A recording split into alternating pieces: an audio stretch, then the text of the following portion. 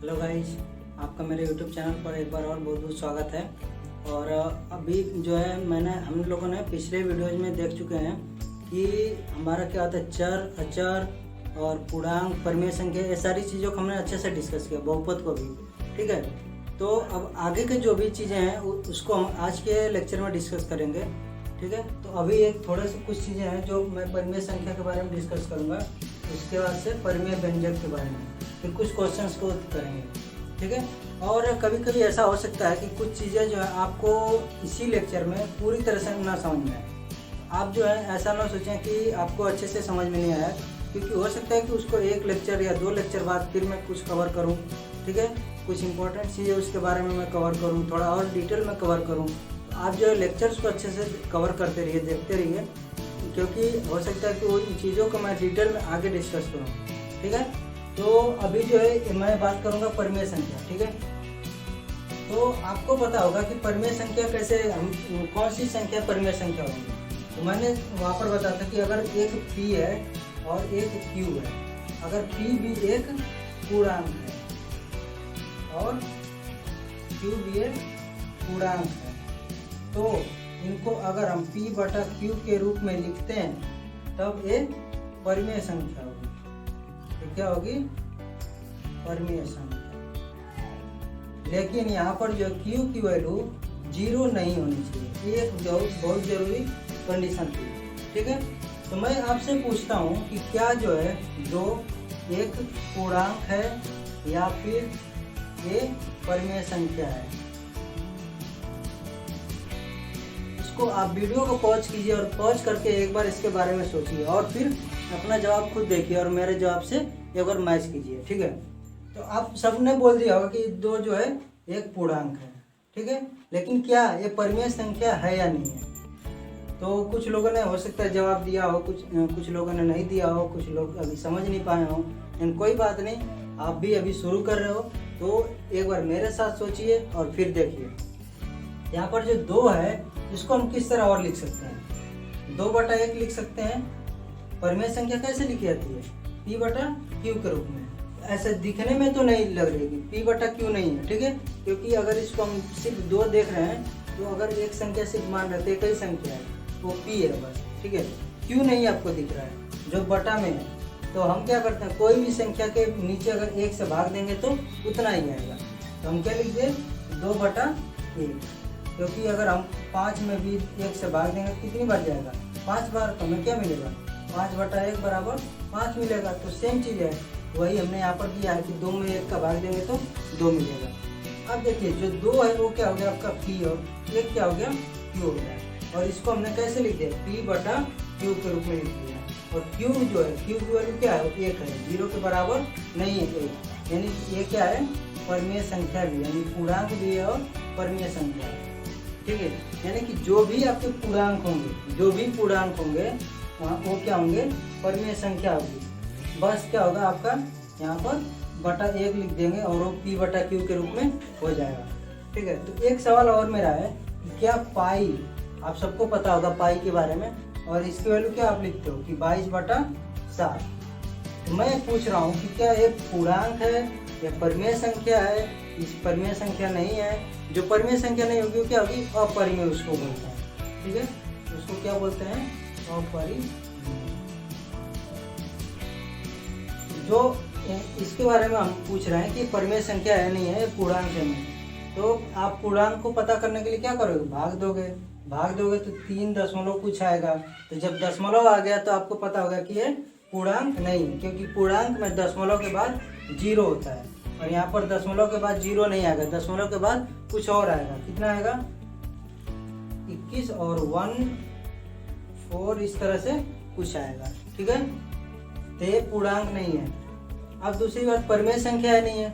आप बोलोगे कि 22 पूर्णांक है, 7 पूर्णांक है और इसको p बटा q के रूप में हमने दिखाया है। q की वैल्यू यहाँ पर 7 है, जो 0 नहीं है, ये परिमेय संख्या होगी। लेकिन मैं बोलूँगा कि अब ये परिमेय संख्या नहीं है। तो आप बोलोगे क्यों परिमेय संख्या क्यों नहीं है? तो इसका सीधा सा जवाब ये है, जो आपका पाई होता है, ठीक है, जो आपका पाई होता है उसकी वैल्यू कुछ इस तरह से होती है। ठीक है, और ये जब भाग आप देते जाते हो तो ये अनंत तक जाती है, कभी कटती नहीं है पूरी, ठीक है, ये अनंत तक ऐसे जाएगी। तो जो आपने 22/7 लिखा है, ये जो अनंत आपने लिखा है, इसी का लगभग में वैल्यू आपने इस तरह से लिख दिया है 22/7। 22/7 होती है वो एक्चुअल वैल्यू नहीं है, उसकी वास्तविक वैल्यू नहीं है, ठीक है। वास्तविक वैल्यू कुछ अलग होती है, 1.3.14 ऐसे जाती है, अनंत तक जाती है, ठीक है, वो कभी कटेगी नहीं, वो ऐसी वैल्यू है। तो इसलिए जो है कि हम बस दिखने के लिए अपने जो भी हम गणित में यूज करते हैं, कहीं पर सपोज हम भाग देते हैं, कहीं पर इस यूज करते हैं, तो अगर हम इस तरह से पूरी इतनी बड़ी संख्या का यूज करेंगे तो हम कुछ नहीं कर पाएंगे। तो इसलिए हमने उसका जो एक अल्टरनेट ढूंढा, एक जुगाड़ खोजा कि क्या जुगाड़ हो सकता है कि कौन सी नंबर की जो वैल्यू है जिसको हम बटा में लिख दें और उसकी वैल्यू लगभग इसके बराबर है, ये इसकी वैल्यू जो है लगभग इसके बराबर होती है पाई के, ठीक है। इसलिए जो है ये परिमेय संख्या नहीं है। हमने इस जो ये वाली जो संख्या पाई की जो पूरी वैल्यू है, जो वास्तविक वैल्यू है, उसको लगभग में कुछ इस तरह से लिखा है, ठीक है। तो इसलिए ये जो है परिमेय संख्या नहीं है। और ये जो काफ़ी बार जो है कुछ एग्जाम्स में, कॉम्पिटिटिव एग्जाम्स में पूछ लिया जाता है कि ये परिमेय संख्या है या नहीं है, ठीक है। तो आपका जवाब होगा कि परिमेय संख्या नहीं है, ठीक है। आप आई होप कि आपको अभी तक परिमेय संख्या अच्छे से समझ में आ गई होगी। अब बात करते हैं कि परिमेय व्यंजक क्या होता है। आपने देखा था कि परिमेय संख्या क्या था, परिमेय संख्या में p था एक पूर्णांक, q था एक पूर्णांक, और इसको p/q के रूप में लिख दिया था। q की वैल्यू 0 के बराबर नहीं होनी चाहिए, तो परिमेय संख्या थी। अब परिमेय व्यंजक की बात करेंगे तो हम क्या करेंगे, बहुपद की बात करेंगे। px एक बहुपद है और qs एक बहुपद है। दो बहुपद अगर है इस तरह से हैं तो हम उनको जो है यहाँ पर परिमेय व्यंजक बोलेंगे। और यहाँ पर qx की वैल्यू जो है वो 0 के बराबर नहीं होनी चाहिए, ये भी एक कंडीशन है, ठीक है। तो आपने यहाँ पर देखा कि जो p और q है, ठीक है, p आपका क्या होना चाहिए, यहाँ पर मैं लिख दे रहा हूँ px है और qx है, ठीक है। p भी क्या होना चाहिए, ये भी एक बहुपद होना चाहिए, और qx भी क्या होना चाहिए, ये भी एक बहुपद होना चाहिए। अगर ये दोनों px और qx एक बहुपद हैं और qx की वैल्यू 0 के बराबर नहीं है तो क्या होगा, परिमेय व्यंजक होगा, ठीक है। लेकिन आपको कुछ लोग को ये प्रॉब्लम आ रही होगी कि px इस तरह से क्यों लिखा गया है, ठीक है। तो अब मैं आपको बताता हूँ। सपोज देखिए आपने क्या लिखा, x² धन 3x धन 2, इस तरह से कुछ लिखा, ये क्या है, बहुपद है, आपको पता चल गया। लेकिन हम इस चीज़ को एक सिंगल चीज़ के रूप में लिखते हैं, ठीक है। सिंगल चीज़ के रूप में इसको लिखने का क्या तरीका है, हम लिखते हैं कोई एक जो है अल्फ़ाबेट लिख लेता है। सपोज हमने लिख लिया ए, कैपिटल ए लिख लिया। अब क्या करेंगे, हम ब्रैकेट लगाएंगे और इसमें जो भी इसमें चर हैं उसको लिख लेते हैं, x है, ठीक है। देखिए आ जाएगा एक, इसी को हम डिनोट कर रहे हैं कि एक डिनोट करने का तरीका है। तो अब ऐसा नहीं कहीं करना कि ax की वैल्यू ax बराबर क्या होगा, किसी से पूछ लेना, ऐसा नहीं है। ax जैसे मैंने क्या बोला था, चर की वैल्यू, x की वैल्यू हमेशा चेंज हो सकती है। x की वैल्यू मैं कुछ और मान सकता हूँ, x की वैल्यू दूसरा बंदा कोई और कुछ और मान सकता है, x की वैल्यू आप कुछ और मान सकते हो। ऐसे ही यहाँ पर जो ax मैंने माना है, ऐसे ही आप ax को कुछ और मान सकते हो, ठीक है। तीसरा बंदा कुछ और मान सकता है। तो हम इसको बस लिख सकते हैं यहाँ पर क्या लिख सकते हैं, x बराबर क्या है, इतना। जैसे आप क्या लिखते हो, x बराबर 6 है। किसी सवाल को करते समय पे x बराबर 6 आपने लिखा है, तो वहाँ पर जो भी सवाल होगा उसके लिए x बराबर 6 रहेगा उतने टाइम तक। फिर अगले सवाल में x की वैल्यू कुछ और हो सकती है। ऐसे ही एक सवाल में कुछ इस तरह हमने लिख दिया, ये बराबर इतना है।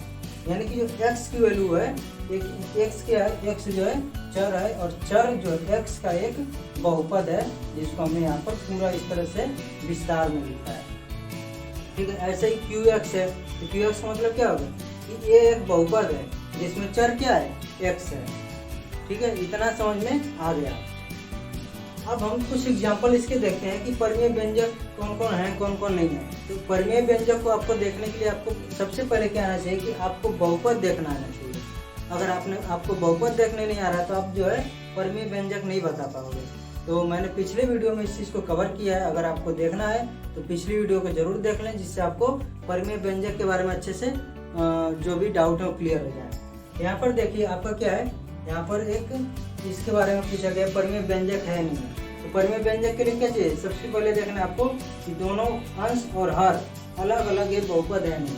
तो अंश में देखिए क्या है, यहाँ पर चर कितना है, अंश में एक चर, हर में एक चर, ठीक है। अंश में जो घात है कितनी है, +1, हर में +1, ठीक है। +1 का मतलब क्या होगा, पूर्णांक भी है और प्लस भी है, दोनों भी है, दोनों है अंश और हर, यानी कि ये क्या हो जाएगा, बहुपद हो जाएगा। सॉरी, x-1 बहुपद हो जाएगा और x-7 बहुपद हो जाएगा। और जब दोनों बहुपद हैं तो आपको क्या देखना है कि QX यानी कि जो हर वाला जो चीज है वो 0 तो नहीं है, यहाँ पर 0 नहीं है, यानी कि क्या हो जाएगा, परिमेय व्यंजक हो जाएगा।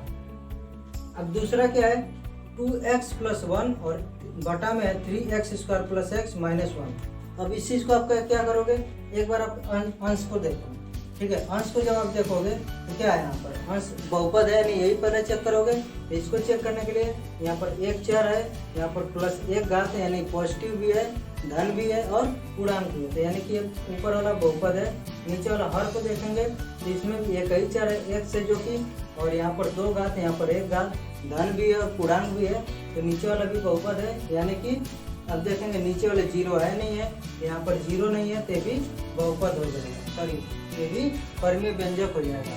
फिर ऐसे इसकी बात करेंगे, इसमें जो है आपका एक चर है, अंश वाले में एक चर +2 इसका घात है, यानी कि धन भी हो गया और पूर्णांक भी हो गया। फिर जो यानी कि ये बहुपद हो गया ऊपर वाला। नीचे वाले की बात करें तो नीचे वाला क्या है, एक चर है +3 घात है, यानी धन हो गया और पूर्णांक हो गया, ये क्या हो जाएगा, ये भी बहुपद हो जाएगा। और इसको देखेंगे नीचे वाला 0 तो नहीं है, तो नहीं 0 है, यानी कि क्या हो जाएगा, ये भी परिमेय व्यंजक हो जाएगा। अब देखिए इसकी बात कीजिए, अंश में इसके क्या है, x है, एक ही चर है, ठीक है। y या z कोई अलग अलग चर नहीं है, एक ही चर है, तो ठीक है। दूसरा क्या है, यहाँ पर घात 2 है, यहाँ पर घात देखिए, यहाँ पर घात गड़बड़ कर दिया और करके क्या कर दिया, 1/2, जो कि धन तो है, 1/2 तो धन है, लेकिन क्या पूर्णांक नहीं है। जब पूर्णांक नहीं तो बहुपद ही नहीं होगा, और जब बहुपद नहीं होगा तो ये परिमेय व्यंजक भी नहीं होगा, ये वाला परिमेय व्यंजक नहीं होगा। फिर अगला है आपका x की घात में 3 - 2x + 1 बटा में 3x + 2। यहाँ पर देखिए अंश को आप देखोगे तो क्या है, अंश में आपका एक चर है सिर्फ, ठीक है। तो ये भी चीज़ सही है कि एक चर है, x है, y z a b c ऐसा कुछ और नहीं है, एक चर हो गया। अब इसके बाद से क्या है कि जो आपकी घात है वो 3 है, यहाँ पर 1 है, तो घात 3 और 1 है, यानी कि धनात्मक भी है और पूर्णांक भी है, ये बहुपद हो गया ऊपर वाला। नीचे वाला देखेंगे तो इसमें भी एक चर, धनात्मक घात और पूर्णांक है, ये भी एक बहुपद हो गया। और नीचे वाला 0 भी नहीं है, ये भी क्या हो जाएगा, ये पूरा परिमेय व्यंजक हो जाएगा। इसकी बात करें तो हमें जो है कभी भी अचर संख्या से कोई मतलब नहीं है, ठीक है। तो अचर संख्या पूर्णांक है या नहीं उससे कोई मतलब नहीं है, हमें किससे मतलब है, चर संख्या से मतलब है। तो चर यहाँ पर क्या है, यहाँ पर चर एक ही है ऊपर और नीचे, ठीक है। और देखिए चर जो है क्या है, यहाँ पर +1 है, यहाँ पर +2 है, यहाँ पर +2 है, यहाँ पर +1 है, लेकिन यहाँ पर गड़बड़ हो गया, क्या हो गया, इसको लिखोगे तो 9 और x की घात में -1 हो जाएगा, ठीक है। तो ये -1 हो गया, यानी कि ऋणात्मक घात हो गया। तो ये जब ऋणात्मक हो गया तो बहुपद ही नहीं होगा, जब बहुपद ही नहीं होगा तो परिमेय व्यंजक भी नहीं होगा। कुछ लोग ऐसा बोलेंगे कि यहाँ पर तो x की घात में 1 है, तो हम ऐसे क्यों नहीं देख रहे हैं, तो हमें ऐसे नहीं देखना होता है, ठीक है। हमें देखना है कि एक्चुअल में क्या है, एक्चुअल में जो घात है वो हमें देखना होता है। ऐसा नहीं कि हमने इसको -1 को नीचे कर दिया, तो ऐसे तो अगर कोई भी संख्या रहेगी -2 है, इसको भी हम 1/x² लिख देंगे, तो यहाँ पर 2 बोलेंगे। ऐसा नहीं करना होता है, जो भी बटा में होती हैं इसको हम ऊपर ले जाते हैं और ऊपर वाला बहुपद देखते हैं और नीचे वाला बहुपद देखते हैं, अंश वाला बहुपद और हर वाला बहुपद देखते हैं है या नहीं, ठीक है। हमने ये जो है परिमेय व्यंजक देख लिया कि क्या क्या है। अब आपको एक परिमेय व्यंजक बनाना है, ठीक है, और बोला है कि परिमेय व्यंजक एक बनाइए और उसका जो वो क्या है, द्विघातीय होना चाहिए। द्विघातीय का मतलब क्या होता है कि जो उसकी अधिक से अधिक घात होगी वो कितनी होगी, वो 2 होगी, ठीक है। यहाँ पर जैसे क्या है, इसमें बात करें तो इसमें अधिक से अधिक घात कितनी है, इसकी घात 1 है। जैसे देखिए इसकी घात अधिक से अधिक कितनी है, अधिक से अधिक 2 है, तो ये क्या है, द्विघाती समीकरण या द्विघाती बहुपद इसको बोलेंगे। तो हमें ऐसे ही परिमेय व्यंजक एक बनाना है जो द्विघाती होना चाहिए, और उसके शून्यक दिया है कि अंश का शून्यक है 3 और 1/2 और हर का शून्यक है 2 और -1। तो शून्यक का मतलब क्या होता है कि जब भी आप शून्यक बोलते उस चीज़ को बोलते हो, उस वैल्यू को, उस नंबर को, उस संख्या को बोलते हो जिसको आप x की जगह पर रख दोगे, उस पूरे बहुपद का मान 0 हो जाएगा। ठीक है, अभी जैसे मैं आपको एक एग्जांपल देता हूँ कि सपोज कीजिए ये वाला जो एग्जांपल है, ठीक है, इस वाले एग्जांपल में अगर मैं यहाँ पर x की वैल्यू को रखता हूँ, यहाँ पर हो जाएगा 2 -1 अगर रखता हूँ मैं, तो क्या होगा, देखिए अगर मैं x की वैल्यू -1 रखूँगा, इसके वैल्यू को क्या होगा, तो हम क्या करेंगे, a और x की जगह पर क्या रख दिया, 1 रख दिया। ठीक है, इसका मतलब क्या होगा कि x की जगह पर हमने 1 रख दिया है। अब हमने पूरे बहुपद में रख देना है, तो यहाँ पर -1 है, -1 की घाते 2 धन 3 गुणे -1 धन 2। अब क्या होगा, इसकी -1 का वर्ग घटे हो जाएगा 1 और ये हो जाएगा -3 धन 2। अब क्या आ जाएगा 2, और इसका चिन्ह क्या है, पिछली वीडियो में बताया था कि अगर कोई नंबर, कोई संख्या के आगे चिन्ह नहीं दिख रहा तो उसके सामने कौन सा चिन्ह माना जाता है, धन, और सभी संख्या का चिन्ह उसके सामने होता है। इसका जो है चिन्ह है धन, इसका ऋण, इसका धन, तो धन वाला धन में जुड़ जाएगा, तो 2 और 1 3 हो जाएगा, और ये -3, तो कितना आ जाएगा 0। यानी कि हम इसको बोल सकते हैं कि जो -1 है इस पूरे बहुपद का शून्यक है, क्योंकि ये वाला जो -1 है इसमें रखने पर पूरा जो है 0 आ जा रहा है। तो ऐसे ही हमें यहाँ पर एक बहुपद बनाना है, ठीक है, जिसके शून्य कितने कितने हैं, 3 है और 1/2 है अंश के, और हर के क्या है 2 और -1 शून्यक है। ठीक है, तो अब इसको थोड़ा सा अलग सवाल है, लेकिन हम इसको यहीं पर करते हैं। तो आपको जब भी शून्यक दिया होगा ना, तो आपको कुछ नहीं करना है, आपको x में से उस शून्यक को घटा देना है। 3 को घटा दिया, इसको एक ब्रैकेट में कर दिया। अब क्या करेंगे, दूसरे ब्रैकेट में दूसरे शून्यक को लिख करके घटा देंगे, x में से कर दिया, एक ब्रैकेट में x में से एक शून्य को घटा दिया, दूसरे में दूसरे को घटा दिया। फिर वैसे ही क्या करेंगे, नीचे करेंगे, x में से 2 को घटाएंगे, ठीक है, तो दूसरे कोष्टक में x में से इसको घटाएंगे, -1 को घटाएंगे। यहाँ पर क्या है, -1 को घटाएंगे, और माइनस और माइनस जब गुणा होंगे तो क्या हो जाएगा, प्लस हो जाएगा। अब आप इसको गुणा करके यहाँ पर सॉल्व करेंगे, तो आई होप कि आप लोगों को गुणा आता है पूरा। तो यहाँ पर मैं थोड़ा सा डायरेक्ट करूँगा। यहाँ पर क्या हो जाएगा, 1/2 बाहर आ जाएगा, x - 3 हो जाएगा, 2x - 1 हो जाएगा, और यहाँ पर बटा में हो जाएगा x - 2 और x + 1 हो जाएगा। अब इसको मैं ऊपर थोड़ा सा दिखा देता हूँ। यहाँ पर हो जाएगा 1/2 और गुणा करने पर आ जाएगा 2x² और इसका -x - 6x - 7x, ठीक है, और +3, और पूरे के बटा में हो जाएगा x² + x - 2x -x और -2। ये आपका आंसर हो जाएगा। आप इसको आराम से गुणा करके इसको सॉल्व करेंगे और इतना आएगा, ठीक है। वो जो परिमेय व्यंजक की जो बात किया था, वो परिमेय व्यंजक क्या होगा, वो परिमेय व्यंजक यही होगा। आपको जब भी इस तरह से दिया रहेगा कि एक किसी बहुपद के शून्यक हैं, एक संख्या है और दूसरी संख्या है, तो आपको बहुपद निकालने के लिए x में से 1 को घटा देंगे, उसको एक जो है कोष्टक में बंद कर देंगे, दूसरे वाले को x में से घटा के कोष्टक में बंद कर देंगे। अब इसका मतलब होता है कि इसका गुणा इसमें है, हमने क्या किया, गुणा कर दिया, इसका गुणा इसमें है, इसको गुणा कर दिया और आ गया, ठीक है। तो आई होप कि ये जो है अभी तक आपका पूरा समझ में आ गया होगा कि ये क्या चीज़ें हैं, परिमेय संख्या, परिमेय व्यंजक, अपरिमेय, और इसके इतने सारे क्वेश्चन हमने किए, और ये बहुत ही इंपॉर्टेंट क्वेश्चन थे, ठीक है, जो कि आपको जो है इसमें काफ़ी आपके कॉन्सेप्ट को भी क्लियर कर दिए होंगे। तो अब आगे की वीडियोज में कुछ हम नेक्स्ट लेक्चर में ऐसे देखेंगे कि ऐसे ही इन्हीं सारी टॉपिक्स पर हम क्वेश्चंस को देखेंगे। ठीक है। ओके, सो एक और चीज़ यहाँ पर छूट रहा है। क्या चीज़? जैसे कि हमने देखा था परिमेय संख्या में 2 को हम क्या लिखते हैं, 2/1 क्या है, परिमेय संख्या। ये क्या था, पूर्णांक था।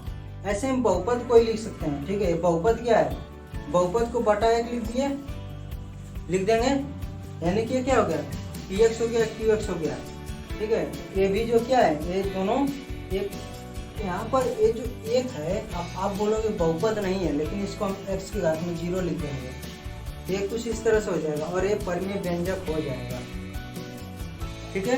यानी कि जो भी आपके एक बहुपद जो होता है वो अपने आप में एक परिमेय व्यंजक भी होता है, ठीक है। क्योंकि उसको आप बटा 1 लिख दोगे तो क्या हो जाएगा, p/q के रूप में हो जाएगा। और जब p/q के रूप में हो जाएगा तो px/qx हो जाएगा, सॉरी px/qx हो जाएगा। और जब px/qx हो जाएगा और qx की वैल्यू 0 नहीं है तो क्या हो जाएगा, परिमेय व्यंजक हो जाएगा। यानी कि सभी बहुपद जितने भी होंगे वो क्या हो जाएंगे, परिमेय व्यंजक। सो अब देखते हैं नेक्स्ट वीडियो में कि आगे के इस पे क्वेश्चंस को हम कैसे सॉल्व करेंगे, कुछ अच्छे से क्वेश्चंस को करेंगे। So thank you guys, thank you so much for watching this video. अगर आप मेरे चैनल पर नए हो तो चैनल को ज़रूर सब्सक्राइब करें, और आपको अगर वीडियो अच्छी लगी है तो अपने दोस्तों के साथ शेयर करें और लाइक बटन को प्रेस करें।